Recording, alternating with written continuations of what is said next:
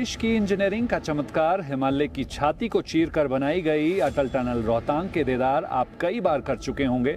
यहाँ की साफ सुथरी और चकाचक सड़कें और बर्फ से ढके हुए ये खूबसूरत पहाड़, ये खूबसूरत वादियाँ इतनी आकर्षक हैं कि हर कोई एक बार यहाँ आना चाहता है, चाहे गर्मी हो या सर्दी का मौसम। लेकिन सवाल ये है, क्या ये अटल टनल अब राहत से ज़्यादा मुसीबत का रास्ता बनती जा रही है? पर्यटन सीजन में लंबा ट्रैफिक जाम और हल्की सी बर्फबारी और हजारों लोग सड़कों पर फंसने जैसी स्थिति से जूझ रहे हैं, वो भी हर साल। ऐसी स्थिति में न खाना, न मदद और ना ही कोई ठोस सिस्टम, तो क्या सरकारी सिस्टम ने आधा काम किया है? जिम्मेदारी निभा रहे इस सरकारी सिस्टम की लापरवाही, मौसम की चेतावनी की अनदेखी या फिर इसी सिस्टम की नाकामी इस टनल की ताकत पर भारी पड़ रही है? क्या अटल टनल रोहतांग अब डर का टूरिस्ट डेस्टिनेशन बन रहा है? इन्हीं तमाम सवालों के साथ आपके लिए हम लाए हैं यह खास रिपोर्ट।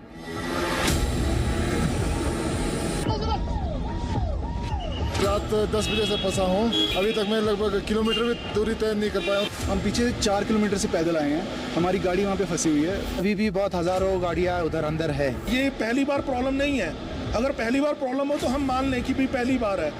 2 दिन तक मैं भूखे रहा हूँ वहाँ पे। हमारे साथ फैमिली, हम लोग समझ लीजिए कुछ भी खाने पीने का नहीं मिल रहा, गंदा पानी यूज करना पड़ रहा, मजबूरी है बच्चों को पिलाने की। वहाँ पे पानी की बोतल तक नहीं मिल रही है किसी को, खाने की तो दूर की बात है। प्रशासन इतना सोया हुआ है कि देख ही नहीं रहा। यहाँ पूरे में टॉयलेट कर रखा है लोगों ने। अब इतनी स्मेल आ रही है, यहाँ शिकंदी का क्या मतलब है भाई? मनाली से टूरिस्ट इतना कमा रहे हो तो कुछ तो इन्वेस्ट करो टूरिस्टों के लिए। कौन आएगा दोबारा? आप जरा ये तस्वीरें देखिए, गाड़ियों की लंबी कतारें, परिवारों में दहशत और प्रशासन पूरी तरह बेबस नजर आ रहा है। हर साल वही कहानी, बर्फ पड़ी नहीं कि सड़कें जाम। तो सवाल ये है, जब मौसम का पैटर्न पहले से पता होता है तो तैयारी क्यों नहीं होती? क्या हमारा सरकारी सिस्टम सिर्फ रिएक्ट करता है या प्रोएक्टिव प्लानिंग जैसी व्यवस्था है ही नहीं? हम पीछे 4 किलोमीटर से पैदल आए हैं, हमारी गाड़ी वहाँ पे फंसी हुई है। प्रॉब्लम ये है कि यहाँ पे कई लोगों ने ना अपनी गाड़ियाँ अबैंडन कर दी। जैसे ये टूर ट्रैवल वाले हैं, उनके जो लोग थे वो चले गए रात को पैसे देके एक्स्ट्रा। यहाँ पता है कि यहाँ बर्फबारी होती है और यहाँ ये प्रॉब्लम्स रहती हैं। ये पहली बार प्रॉब्लम नहीं है। अगर पहली बार प्रॉब्लम हो तो हम मान लें कि भी पहली बार है। अगर यहाँ रूटीन में ऐसी प्रॉब्लम आती है तो इस दिक्कत से निजात पाने के लिए हम क्या कर रहे हैं, इसके बारे में किसकी जवाबदेही होगी, ये तय करना भी जो है वो हम चाहते हैं भी इसको सुनिश्चित किया जाए, जिसकी भी जवाबदेही है। वेस्ट बंगाल से हैं हम लोग। तो कल कहाँ घूमने के लिए गए थे? हम लोग नॉर्थ पोर्टल में गए थे अटल टनल का। फिर शाम को 3 बजे के बाद जोरों से बर्फबारी शुरू हो गई। उसके बाद हम लोग निकले तो अटल टनल में ही रात भर फंसे थे। अभी पैदल चल के इधर तक आ रहे हैं नीचे जाने के लिए। तो और कितने सारे लोग वहां पर अभी भी फंसे? बहुत सारे अभी भी फंसे हैं। रात भर तो पूरा टनल पूरा ब्लॉक था। हम लोग टोटल 27 इधर तक आए थे, बाकी सब होटल में है और बाकी अभी भी बहुत हजारों गाड़ियाँ उधर अंदर है। मैं यूपी से हूँ, कानपुर से। मेरा नाम मंजू है और हम लोग कल 4:30 बजे से यहाँ फंसे हैं, करीब 5 किलोमीटर टनल पीछे और आगे का से हम 3-4 किलोमीटर होगा। और हमारे साथ फैमिली, हम लोग समझ लीजिए कुछ भी खाने पीने का नहीं मिल रहा, गंदा पानी यूज़ करना पड़ रहा, मजबूरी है बच्चों को पिलाने की। So very problem. जो भी यहाँ की गवर्नमेंट है, मुझे नहीं पता क्या है, पर हेल्प करे हम लोगों की। तो प्रशासन तो कह रही है कि सैलानियों की मदद की जा रही है, टनल के भीतर भी और टनल बाहर निकलने के लिए। कोई हेल्प नहीं है। आप कोई व्यू खींचा होगा आपने, अगर हेल्प की होगी, आजकल मोबाइल है, आप उसको व्यू करो ना, आप अपनी फोटो डालो ना कि मैंने ये खींचा, ये दिया, ये लिया है किसी को। मेरे को तो कुछ नहीं लगा। मेरे को, हम लोग 3-4 किलोमीटर पीछे, कुछ भी नहीं है। कल 3 बजे के दोपहर के यहाँ फंसे हुए हैं, बट अभी तक कोई हमें हेल्प नहीं मिली है। तो ना ही कोई टॉयलेट की व्यवस्था है, ना ही कोई खाने पीने की व्यवस्था है। बहुत ही बुरा हाल हो रखा है। और यहाँ पे अगर कुछ खाने को मिल भी रहा है तो वो 2 गुने 3 गुना ज़्यादा भारी भरकम दाम पे मिल रहा है। यहाँ पे टनल में जब पता है प्रशासन को कि जाम लगता है तो यहाँ पे वॉशरूम का, खाने का कुछ तो इंतजाम करना चाहिए ना। मतलब प्रशासन इतना सोया हुआ है कि देख ही नहीं रहा। कल रात को मोमोज खाए थे 100 रुपए के 5, बस वो 500 के लिए थे मोमोज। उससे पेट भर जाएगा? ना चाय है ना वॉशरूम। यहाँ पूरे में टॉयलेट कर रखा है लोगों ने। अब इतनी स्मेल आ रही है, यहाँ शिकंदी का क्या मतलब है भाई? मनाली से टूरिस्ट इतना कमा रहे हो तो कुछ तो इन्वेस्ट करो टूरिस्टों के लिए, कौन आएगा दोबारा। उनको रुको यहाँ पे 15-16 घंटे हो गए सिर्फ अटल टनल के अंदर। तो खाने पीने की कोई खाने पीने की कोई व्यवस्था है, बल्कि प्रशासन का भी इधर कोई इतना वो नहीं है कि इधर एक्सीवेटर लाके बर्फ हटाया जाए। मतलब सब चीज़ न्यूट्रल है, कोई इंप्रूवमेंट नहीं है। 16 घंटे से हम लोग कंटिन्यूस अटल टनल में खड़े हुए हैं। ऐसी गंभीर स्थिति का खामियाजा हर साल हजारों सैलानी, लाहौल मनाली के स्थानीय लोग, पर्यटन, इस टनल के दोनों छोर पर तैनात बेहद कम संख्या में पुलिस बल भी भुगत रहा है। यह गंभीर मामला अब हिमाचल प्रदेश की विधानसभा में भी गूंज रहा है। माननीय अध्यक्ष महोदय, शून्यकाल के माध्यम से मैं सदन का ध्यान मनाली से लेकर अटल टनल रोहतांग की तरफ जो ट्रैफिक जाम की समस्या रहती है उसके संज्ञान में लाना चाहूँगी सदन का ध्यान। आपने मुझे समय दिया, इसके लिए आपका हार्दिक धन्यवाद। माननीय अध्यक्ष महोदय, अटल टनल रोहतांग की सौगात मिले लगभग 6 वर्ष हो चुके हैं। 2020 में इसका लोकार्पण हुआ था और ये सौगात बहुत बड़ी सौगात है लाहौल स्पीति जिला के लिए। सामरिक दृष्टि से जितना महत्वपूर्ण ये टनल है उतना ही महत्वपूर्ण हमारे जिला के लिए, क्योंकि इससे पूर्व जो 6 महीने हम पूरे देश विदेश या प्रदेश से कट जाते थे, अब माइनस टेम्परेचर में बर्फबारी में भी जो है यात्रा सुगम तौर पे सर्दियों में भी जारी रहती है। परंतु सबसे बड़ा जो चैलेंज है, कई सौगात अपने लिए कई तरह की चुनौतियों को लेकर आता है। इसमें सबसे बड़ी चुनौती जो अभी भी जस की तस बनी है वो ट्रैफिक जाम की समस्या रहती है और मनाली से ज़्यादा प्रभाव इसमें लाहौल स्पीति के लोगों पर रहता है। इसीलिए मैंने शून्यकाल के माध्यम से इस मुद्दे को लाया है, क्योंकि हम देखते हैं कि 1 किलोमीटर का सफर तय करने में भी 5 से 6 घंटे लग जाते हैं, जब खासकर पर्यटकों का जब पीक सीजन होता है और कोई एम्बुलेंसेज हो या आपातकालीन के वाहन हो या कोई भी इमरजेंसी हो, किसी का इंटरव्यू हो, कोई एग्जाम हो, तो घंटों जाम में फंसने के कारण इस तरह की मौतें भी दर्ज हुई है। कई ऐसे रिकॉर्ड है जो पूर्व में उदाहरण है जहां पे ऐसा हुआ है कि समय से ट्रैफिक जाम में एम्बुलेंस फंसने के कारण समय से अस्पताल ना पहुंचने के कारण मरीज की जो है रास्ते में मौत हो गई। ऐसे कई उदाहरण है। और साथ ही साथ किसी का इंटरव्यू एग्जाम हो, समय से ना पहुंचने के कारण करियर पूरा जो है एक तरह से खराब हो जाता है। तो मैं ये निवेदन करना चाहूंगी सदन के माध्यम से कि सरकार से निवेदन रहेगा कि इसके लिए विशेष एक ट्रैफिक यूनिट का जो है इसमें स्वीकृति जो है मनाली के लिए दी जाए, मनाली से लेकर अटल टनल रोहतांग की तरफ। क्योंकि यदि हम मनाली और शिमला का कंपैरिजन तुलना करते हैं तो शिमला और मनाली का जो टूरिस्ट का जो फ्लो रहता है लगभग बराबर रहता है। पर शिमला में हम देखते हैं कि ऑल्टरनेटिव रूट्स बहुत ज़्यादा है हमारे पास और शिमला में ट्रैफिक में पुलिस के जवान भी बहुत ज़्यादा मात्रा में तैनात है। पर जब हम मनाली की बात करते हैं हमारे पास सिर्फ 15 से 20 जवान है जो ट्रैफिक में वहाँ पे अपनी सेवा देते हैं और साथ ही साथ ATR और NGT के भी जवान है, परंतु इनका आंकड़ा फिर भी बहुत कम रहता है अगर हम शिमला की तुलना की जाए। शिमला में हम देखते हैं कि इतने जवान होने के बावजूद भी यहाँ पे जाम की समस्या जो है टूरिस्ट सीजन में रहती है। तो मनाली में फ्लो शिमला से भी ज़्यादा होता है कई बार, तो उस और मुझे लगता है विशेष ध्यान देने की आवश्यकता है। अभी से यदि हम ध्यान नहीं देंगे, अभी कड़े कदम नहीं उठाएंगे तो बहुत देरी हो सकती है। अभी ऐसा है कि अभी इसे कंट्रोल किया जा सकता है। साथ ही साथ जगह जगह जो है पार्किंग की भी व्यवस्था उचित नहीं है, तो वहाँ पे जगह है जहाँ पे उसमें पार्किंग की व्यवस्था किया जाना अत्यंत आवश्यक है। क्योंकि लाहौल स्पीति के जो लोकल्स लोग हैं बहुत ज़्यादा सफ़र करते हैं, जिन्हें इमरजेंसी में जाना पड़ता है या अपने जो दिनचर्या के जो काम होते हैं उसमें जाने से पहले भी 10 बार सोचना पड़ता है। इतना रोहतांग से समय नहीं लगता था टनल से पहले जितना अभी अटल टनल के द्वारा जो है 1-2 घंटे का सफर जो है 7-8 घंटे में तब्दील हो जाता है। तो मेरा माननीय अध्यक्ष महोदय आपके द्वारा आपके माध्यम से सरकार से निवेदन रहेगा कि इसके लिए विशेष एक पुलिस यूनिट का जो है गठन किया जाए, ताकि और उसमें उचित संख्या में जो है हमारे पर्याप्त संख्या में जो पुलिस के जवान तैनात रहे। हालांकि जो जवान मौके पे सेवाएं देते वो दिन रात काम करते हैं। हम देखते हैं कि बर्फबारी में अपनी जान की परवाह बगैर किए जो है दिन रात जो पर्यटकों को रेस्क्यू करते हैं स्वच्छ जगहों पे या हमें इनको रेस्क्यू करवाते। तो मेरा निवेदन रहेगा कि इसमें एक विशेष यूनिट का जो ट्रैफिक यूनिट का गठन किया जाए और साथ ही साथ जगह जगह पार्किंग की व्यवस्था की जाए, ताकि मनाली के लोग भी सफर ना करें और लाहौल स्पीति के लोग भी सफर ना करें और पर्यटक भी सफर ना करें। बहुत बहुत धन्यवाद। Thank you. Undoubtedly, this is an important issue which we have brought to the notice of the House. Certainly, the government or the police department will be taking care of this by having a flying square type of arrangements, and whatever action will be taken by the police and by the government, we will inform you accordingly.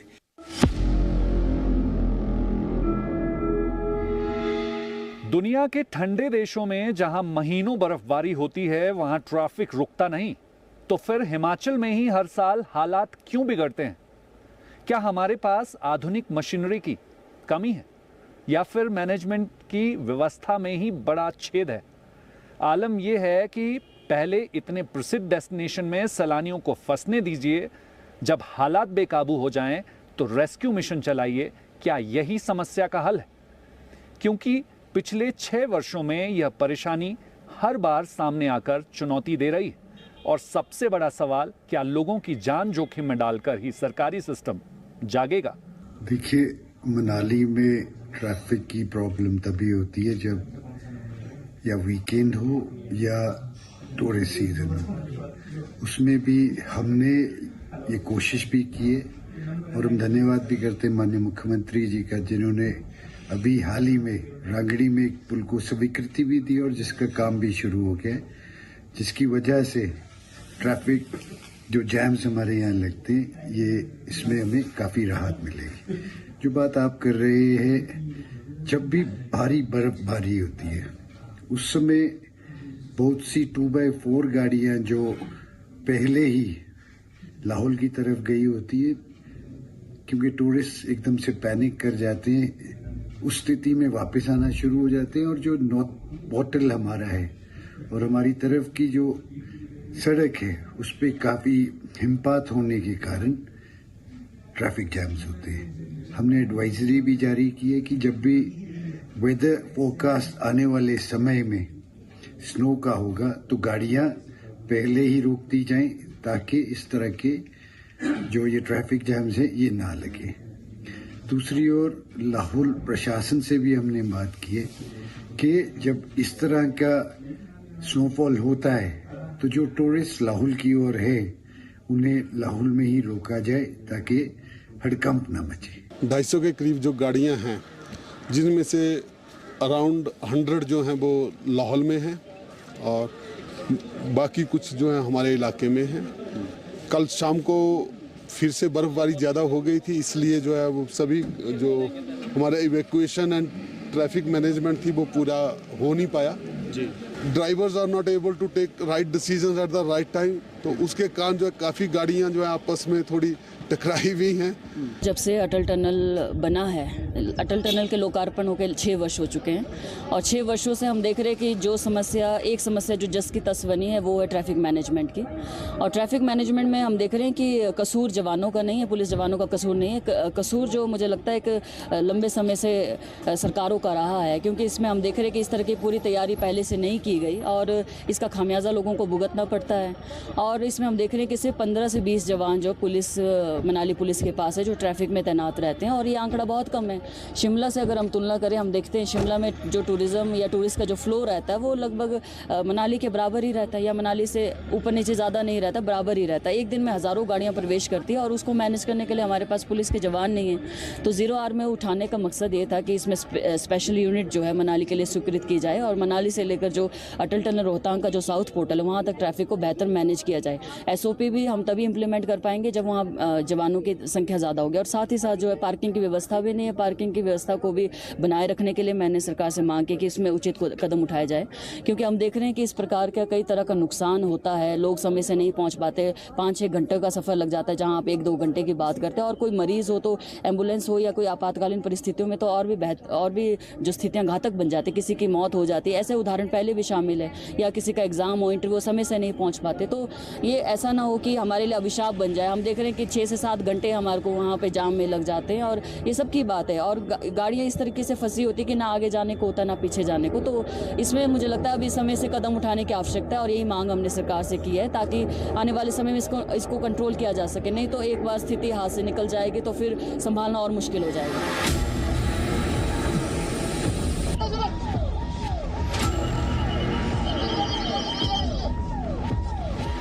इस गंभीर समस्या पर हम आपको लगातार तमाम वो सवालों से जुड़े जवाब देने की कोशिश कर रहे हैं, लेकिन आपको उन लोकेशंस को भी दिखाना बेहद ज़रूरी है जो आम तौर पर जब भी बर्फबारी यहाँ पर होती है तब ये चुनौतीपूर्ण बन जाती है। यही वजह है कि इस पहली लोकेशन पर इस तरीके से ये बोर्ड लगा हुआ है कि आगे दुर्घटना संभावित क्षेत्र है, कृपया ध्यान से चलें।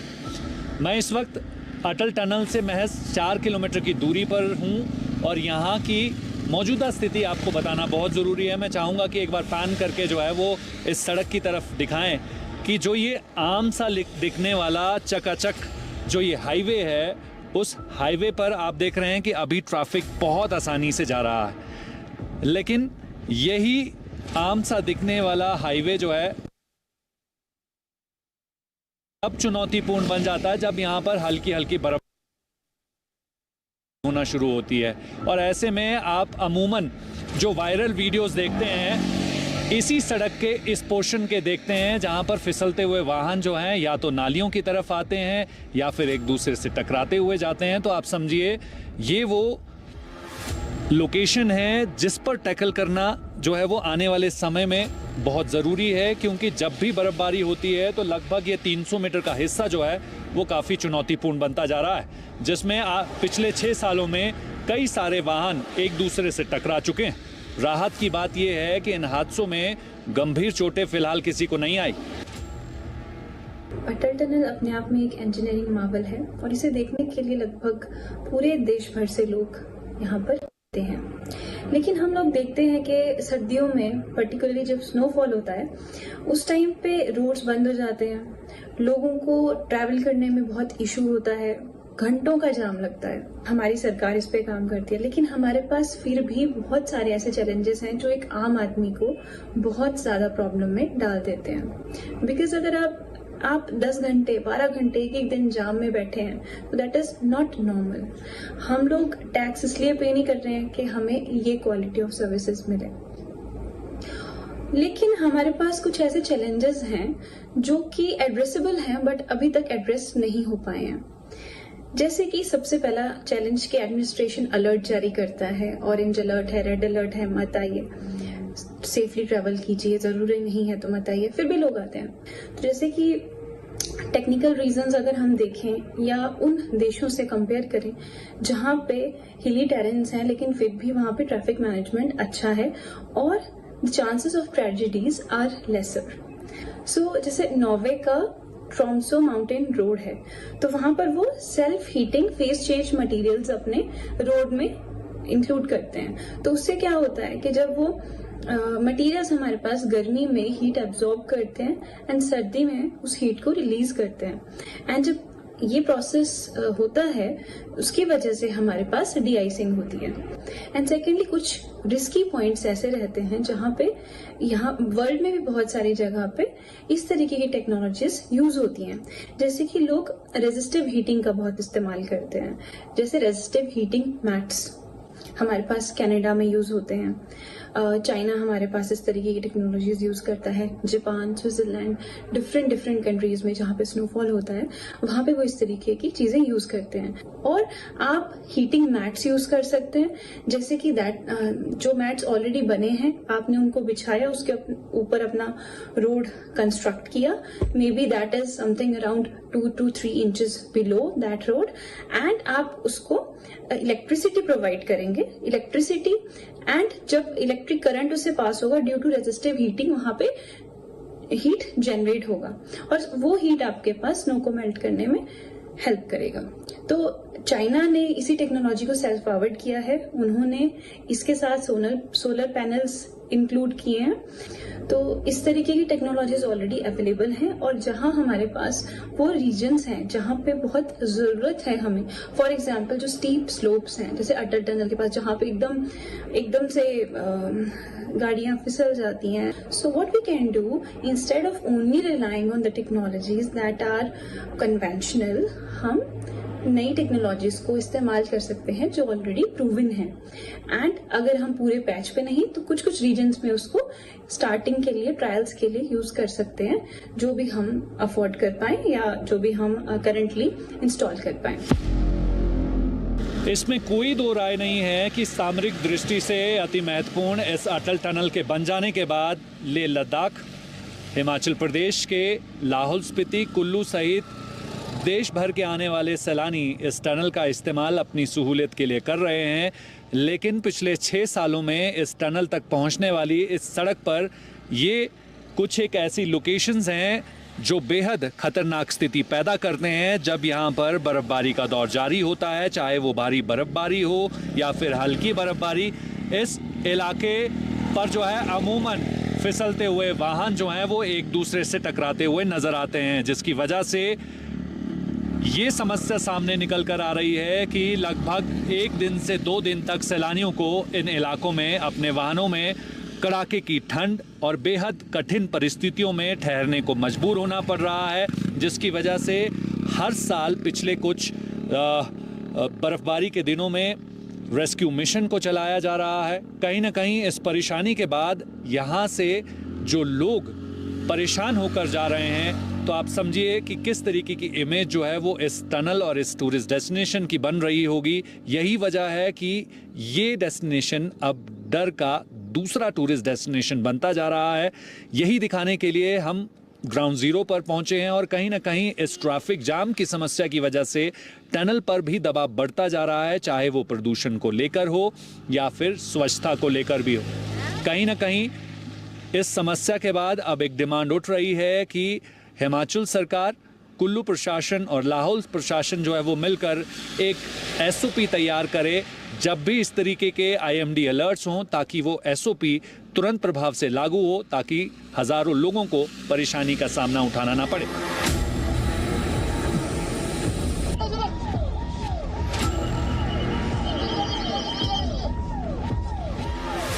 हर साल बढ़ती इस गंभीर समस्या का क्या कोई इसका हल है? बिल्कुल है। सवाल ये नहीं कि समस्या क्या है, सवाल ये है कि समाधान लागू क्यों नहीं हो रहा। क्या हमें इंटरनेशनल मॉडल अपनाने होंगे? क्या smart traffic control, real time monitoring और एडवांस स्नो क्लियरेंस सिस्टम ही इसका असली रास्ता है? या फिर सबसे बड़ी जरूरत है जवाबदेही तय करने की, ताकि जब कोई यहां से गुजरे तो बेफिक्र होकर गुजरे। ये जो जगह है सारी की सारी टूरिस्ट अट्रैक्शन बन गए हैं, जो कोई ठीक बात है, नॉर्मल शब्द में टूरिस्ट अट्रैक्शन हो सकते हैं, लेकिन जो हादसा हुआ है, इस हादसे को देख के जिसमें कई हजारों लोग, लेडीज थे, बच्चे थे, लोग बाग थे, 48 घंटे से 72 घंटे तक वहाँ फंसे रहे और बुरे हाल में थे। तो अब आती है बात कि क्यों हुआ और कैसे हुआ। मेरा यह मानना है कि सबसे पहली बात तो ये प्रशासन की जिम्मेदारी है। जब हम जानते हैं कि वहाँ पर बर्फबारी हो सकती है और बर्फबारी की वजह से रास्ता हर साल जब बंद होता है तो हमें अपने वाहनों की आवाजाही पर रोक लगानी चाहिए थी। और इसमें दोनों, जो आपका लाहौल स्पीति का डिस्ट्रिक्ट एडमिनिस्ट्रेशन है और जो दूसरी तरफ का एडमिनिस्ट्रेशन है, उनका इसमें रोल आया था।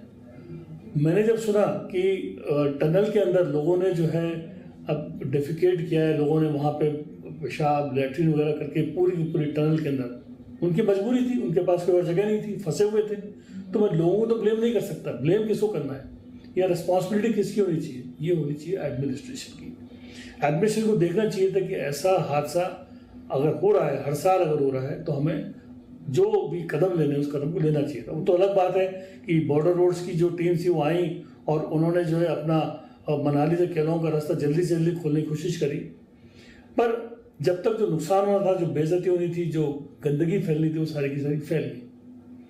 अब बात आती है कि हम कर क्या सकते हैं। तो ज़्यादातर जो है जो करा जाता है वो तो बड़ी बड़ी मशीनें आ जाती हैं जो वो चलाती हैं अपने और हटाती हैं, और केमिकल डीआइसिंग जैसे कि यूरिया फैला के या फर्टिलाइजर डाल के हम जो ब्लैक आइस जो हार्ड आती है जिसमें स्लिप करती हैं गाड़ियाँ, तो उसको हटा देते हैं। ये तो हो भी रहा है, लेकिन क्या यही सोल्यूशन है? मेरे हिसाब से ये खाली सोल्यूशन नहीं है। सबसे जो ज़रूरी है वो तो एक तो अवेयरनेस एडमिनिस्ट्रेशन का सबसे ज़्यादा ज़रूरी है।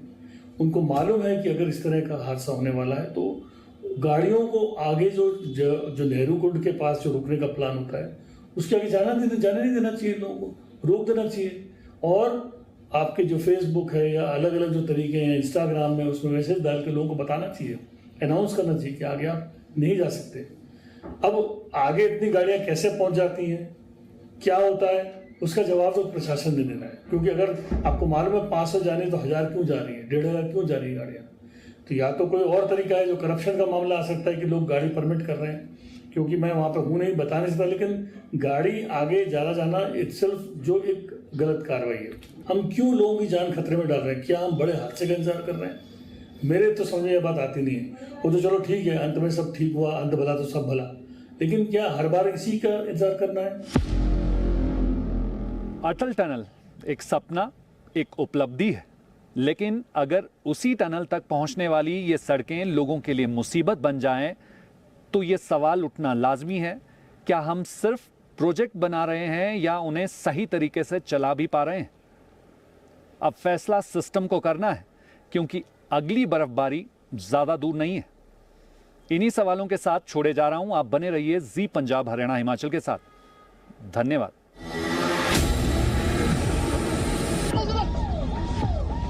रात 10 बजे से फंसा हूँ। अभी तक मैं लगभग किलोमीटर भी दूरी तय नहीं कर पाया हूँ। हम पीछे 4 किलोमीटर से पैदल आए हैं, हमारी गाड़ी वहाँ पे फंसी हुई है। अभी भी बहुत हजारों गाड़ियाँ उधर अंदर है। ये पहली बार प्रॉब्लम नहीं है। अगर पहली बार प्रॉब्लम हो तो हम मान लें कि भी पहली बार है। 2 दिन तक मैं भूखे रहा हूँ वहाँ पे। हमारे साथ फैमिली, हम लोग समझ लीजिए कुछ भी खाने पीने का नहीं मिल रहा, गंदा पानी यूज करना पड़ रहा, मजबूरी है बच्चों को पिलाने की।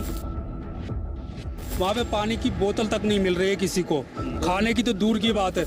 प्रशासन इतना सोया हुआ है कि देख ही नहीं रहा है। यहाँ पूरे में टॉयलेट कर रखा है लोगों ने। अब इतनी स्मेल आ रही है यहाँ। शिकंदी का क्या मतलब है भाई? मनाली से टूरिस्ट इतना कमा रहे हो तो कुछ तो इन्वेस्ट करो टूरिस्टों के लिए। कौन आएगा दोबारा?